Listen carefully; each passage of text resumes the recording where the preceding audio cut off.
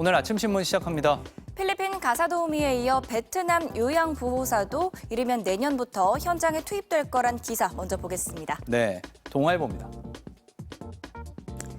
정부가 올해 6월부터 국내 대학을 졸업한 외국인 유학생이 요양보호사 자격을 취득하고 요양시설에 취업할 경우 한국에 장기 정착할 수 있는 특정 활동 비자를 허용하기로 했는데요. 이에 따라 경남 창원시 마산대가 국내 최초로 외국인 유학생과 졸업생을 대상으로 요양보호사 양성 과정을 개설했습니다.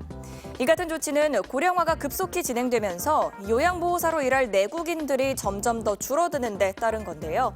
장기 요양보험 수급자는 2027년이면 145만 명으로 늘 것으로 예상되지만 요양보호사의 공급은 같은 해부터 7만 5천 명 부족할 것으로 추산됩니다. 하지만 앞서 비슷한 정책을 도입했던 일본의 경우 높은 노동 강도에 비해 낮은 처우로 외국인 상당수가 다시 고국으로 돌아간 걸로 나타났습니다.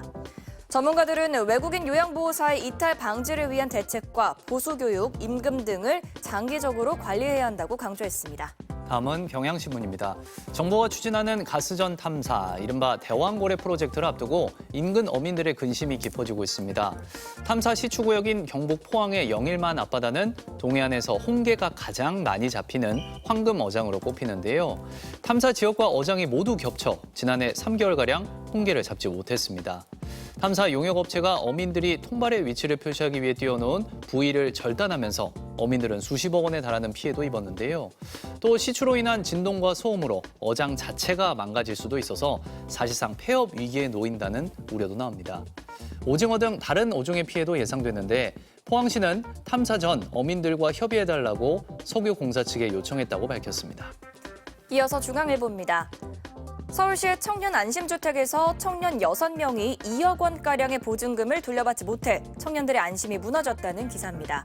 서울시 청년 안심주택은 시와 민간시행사가 공동으로 소규모 단지를 세워 청년과 신혼부부 등이 저렴하게 살 수 있도록 제공한 주택인데요. 민간시행사의 경영 상황이 악화되면서 계약상 보증금 계좌에 있던 돈 대부분을 은행 대출금 상환에 쓴 겁니다. 민간 임대의 경우 시가 적극적으로 개입하기 어려워 이 피해 청년들은 별다른 도움을 받지 못하고 있습니다. 전문가들은 시행사가 경영 악화 조짐이 보일 때부터 시 차원에서 철저히 관리가 필요하다고 지적했습니다. 다음은 서울신문입니다. 늙은 하수관 땅 밑의 역습이라는 제목의 기사입니다. 2019년부터 지난해 6월까지 발생한 서울시 땅꺼짐 현상의 45.1%는 하수관 손상이 원인이었는데요. 서울 하수관의 55.6%가 설치된 지 30년이 넘은 노후 하수관인 것으로 확인됐습니다. 특히 도시화가 일찍 진행된 강북권에선 매설된 지 50년이 넘은 초고령 하수관이 종로구에서 54.8%, 용산구는 49.6%에 달했는데요.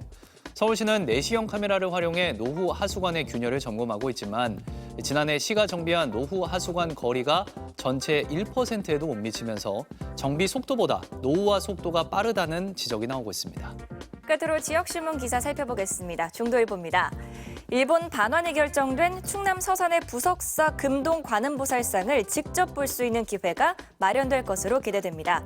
1330년 충남 부석사에 처음 봉안된 금동 관음보살상은 지난해 10월 대법원 판결에 따라 일본 대마도 관음사에 반환해야 하는데요. 이에 부석사 측은 신자와 국민이 보살상에 인사할 수 있는 친견 법회를 100일 동안 반환 전 부석사에서 열자고 일본에 제안했습니다. 일본 관음사가 긍정적으로 검토하고 회신하겠다는 의사를 밝힌 만큼 부석사는 좋은 결과를 기대하고 있다고 전했습니다. 지금까지 오늘 아침 신문이었습니다.